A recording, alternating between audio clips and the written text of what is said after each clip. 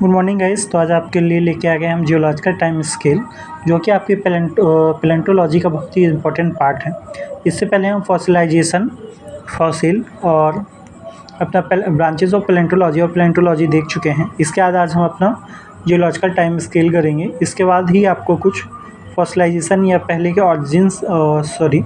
Original या organism के बारे में भी आपको इसमें पढ़ना पड़ेगा। तो आइए स्टार्ट करते हैं। I hope you like the video. Please like, subscribe and share. Thank you. I hope we are study geological time scale. Geological time scale है ना। Geological time scale is a system of chronological dating that related geological strata to time.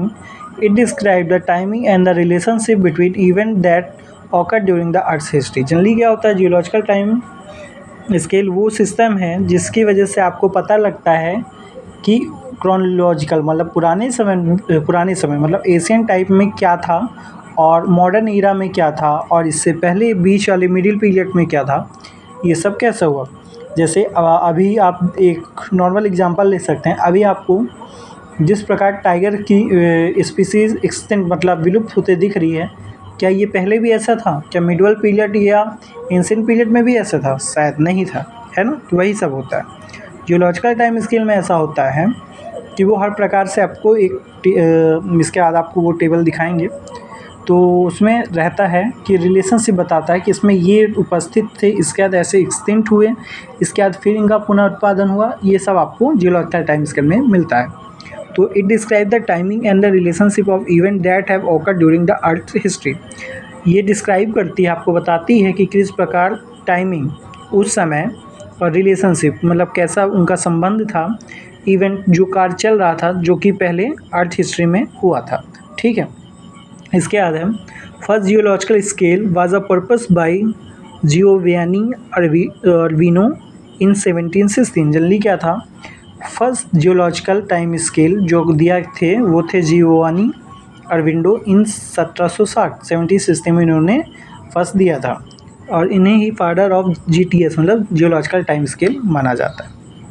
Eon क्या होता है, अब start करते हैं।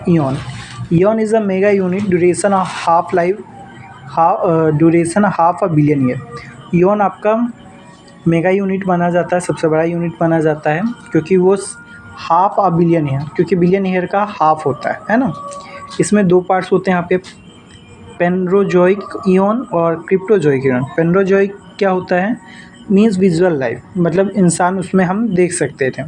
और क्रिप्टोजोइक मतलब जिसमें हम हिडन लाइफ मतलब बहुत कम लाइफ को ही पहचान सकते थे, है ना। ओजोइक मतलब होता है जिसमें लाइफ प्रेजेंट नहीं होती है, और एजोइक मतलब जिसमें लाइफ होती है। ठीक है। ईऑन के बाद अपना फिर ईराज आता है। ईराज क्या होता है, eons are the further divided into smaller unit called eras, है ना।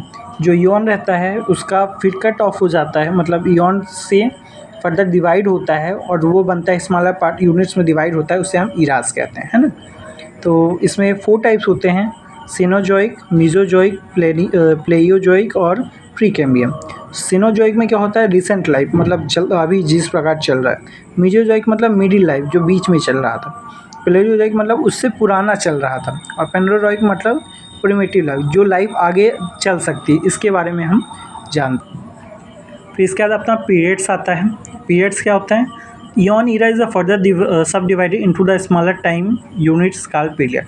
जल्दी क्या होता है, जो पीरियड्स होता है वो ईऑन द्वारा मतलब जो ईऑन रहता है उसका फर्दर डिवाइड होता है।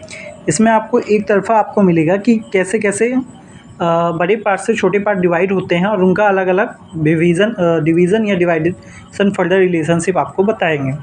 इसमें आपके 6 होते हैं। तो फर्स्ट है Cambrian, Ordovician, Silurian, Devonian, Carboniferous and Permian. ठीक है, ये आपके पीरियड्स हो गए। फिर इपोच आता है। इपोच क्या होता है, periods further divide into the smaller unit are called epoch. Epoch जो होता है वो किसका होता है, पीरियड्स का डिवाइड होता है, मतलब जैसे पीरियड्स का भी पीरियड का भी डिवाइड होगा तो आपका ईऑन्स बनेगा, है ना। पीरियड्स के जो पार्ट होता है, rock unit corresponding to pose are called series, और जो इसमें रॉक के बारे में आपको बताया जाता है उसे हम सीरीज़ कहते हैं ना, ध्यान रखिएगा। तो इपोज में 3 टाइप्स होते हैं, लोअर ट्रायरेसिक, मिडिल ट्रायरेसिक और अपर टेरेसिक, ठीक है। इसके बाद आप थोड़ा सा ऐसे ध्यान दीजिएगा, सबसे बड़ा कौन सा होता है, ईओन, फिर उसके बाद ईरा आता है, इसके बाद पीरियड आता है, फिर इपोक। अब ईओन्स की डिफिनीशन क्या होगी, further division of eons is known as a era, है ना।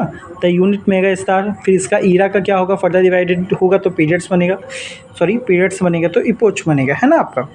इसके बाद है ये दो पार्ट्स हम थोड़ा सा आपको फर्दर मतलब आगे के लिए आपको यूज़ आएगा, इसलिए मैंने इसको लिखा था। Stage, a part of series is called stage. अभी ऊपर हमने सीरीज़ देखा ना कि रॉक यूनिट करस्पॉन्डिंग होती है, उसके बारे में बताया जाता है, उसे हम स्टेज करते हैं। जो सीरीज़ का पार्ट डिवाइड होता है उसे हम स्टेट करते हैं। It is characterised by the typical assemblies of fossil, fossil द्वारा इसे डिवाइड किया जाता है या मिलाया जाता है। इसका जोन्स होता है, the basic unit of stage is called zone. जो बेसिक यूनिट होती है किसकी, स्टेज की, वो जोन होती है। It requires mainly on the basic of the most characteristic of the fossil form. जल्दी ये भी आपके फॉसिल फॉर्म में पाया जाता है, और ये बेसिक होता है, मतलब सबसे पहले क्या पाया जाता है उससे शुरुआत होते होते ये आगे असेंबलेज करता है। तो इसके बाद हम इसमें अपना जियोलॉजिकल टाइम पीरियड जो मेन है डायग्राम वाला, उसे हम कल देखेंगे। ये आपका नॉर्मली था, लेकिन जल्दी इसी से फुल रिलेटेड है। आपको इपोज के टाइप, इरास के टाइप, पीरियड के टाइप, सीरीज़ के टाइप, हर चीज़ आपको याद होनी चाहिए, इससे ये आपका बेटर रहेगा। आई hope you like the video, please like, subscribe and share. Thank you.